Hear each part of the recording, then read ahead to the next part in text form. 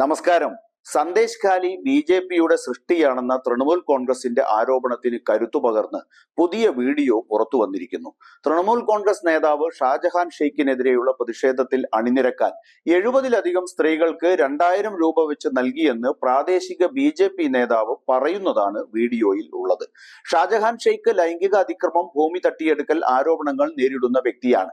BJP ഇത് വലിയ രാഷ്ട്രീയ വിവാദമായി ഉന്നയിച്ചുകൊണ്ടിരിക്കുകയാണ് ബംഗാളിൽ.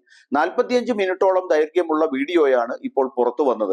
ദൃശ്യങ്ങളിൽ സന്ദേശ് ഖാലി മണ്ഡൽ പ്രസിഡന്റ് ഗംഗാധർ കായലിനോട് രൂപസാദൃശ്യമുള്ള വ്യക്തിയാണ് ഉള്ളത്. ഗംഗാധർ തന്നെയാണ് മുമ്പ് വന്ന ദൃശ്യങ്ങളിൽ ബലാത്സംഗ ആരോപണങ്ങൾ കെട്ടിച്ചമച്ചതാണെന്ന് വെളിപ്പെടുത്തുന്നത്.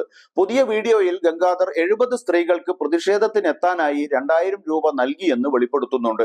പ്രതിഷേധത്തെ തുടർന്ന് ഷെയ്ഖിനെ നേരത്തെ അറസ്റ്റ് ചെയ്തിരുന്നു. ഞങ്ങൾക്ക് 2.5 ലക്ഷമായിരുന്നു ഈ സമരത്തിനായി ചെലവ് വന്നത്. 50 ബൂത്തുകളിലെ ആളുകളായിരുന്നു സമരത്തിനെത്തിയത്. അതിൽ 30% സ്ത്രീകളായിരുന്നു. പട്ടികജാതി, പട്ടികവർഗ, OBC വിഭാഗങ്ങളെ പണം കൊടുത്ത് ഒപ്പം നിർത്തുകയായിരുന്നു. അവരെ തൃപ്തിപ്പെടുത്താൻ പണം ആവശ്യമായിരുന്നു. കടുത്ത സാഹചര്യമുണ്ടായാൽ സ്ത്രീകൾ മുന്നിൽ വന്ന് പോലീസിനെ നേരിടുമായിരുന്നുവെന്നും ഗംഗാധർ പറഞ്ഞു.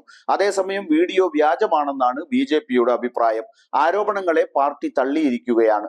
സന്ദേശ് ഖാലിയിൽ ബി.ജെ.പിയുടെ വ്യാജ സൃഷ്ടിയുടെ സത്യങ്ങൾ പുറത്തേക്ക് വന്നുകൊണ്ടിരിക്കുകയാണെന്ന് തൃണമൂൽ വക്താവ് റിജു ദത്ത അവകാശപ്പെട്ടു. തൃണമൂൽ നേരത്തെ സന്ദേശ് ഖാലി സ്ത്രീയുടെ വിവിധ വീഡിയോകൾ പുറത്തുവിട്ടിരുന്നു. മെയ് 4-നാണ് ആദ്യ വീഡിയോ പുറത്തു വന്നത്. ഇതിൽ പ്രതിപക്ഷ നേതാവ് സുവേന്ദു അധികാരിയുടെ നേതൃത്വത്തിലാണ് പ്രതിഷേധം ആസൂത്രണം ചെയ്തതെന്ന് പറയുന്നുണ്ട്.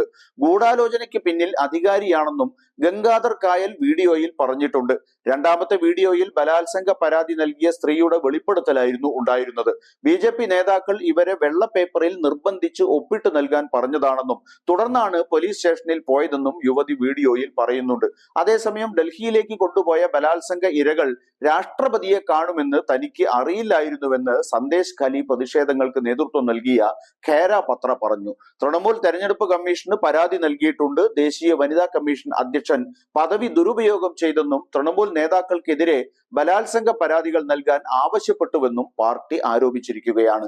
ഇങ്ങ് തെക്ക് കർണാടകയിൽ ലൈംഗിക അരാജകത്വത്തിന്റെ പേരിൽ രേവണ്ണയും കൂട്ടുപ്രതികളും അറസ്റ്റിലാവുകയും ഘടകകക്ഷി MP-ക്കെതിരെ ലുക്കൌട്ട് നോട്ടീസ് പുറപ്പെടുവിക്കുകയും ചെയ്തത് തിരിച്ചടിയായ പശ്ചാത്തലത്തിൽ സന്ദേശ് ഖാലി സംഭവം ഉപയോഗിച്ച് പിടിച്ചു നിൽക്കാമെന്ന ബി.ജെ.പി പദ്ധതിയാണ് ഇപ്പോൾ പൊളിഞ്ഞിരിക്കുന്നത്. എന്താവും അവരുടെ അടുത്ത നീക്കമെന്ന് കാത്തിരുന്ന് കാണാം.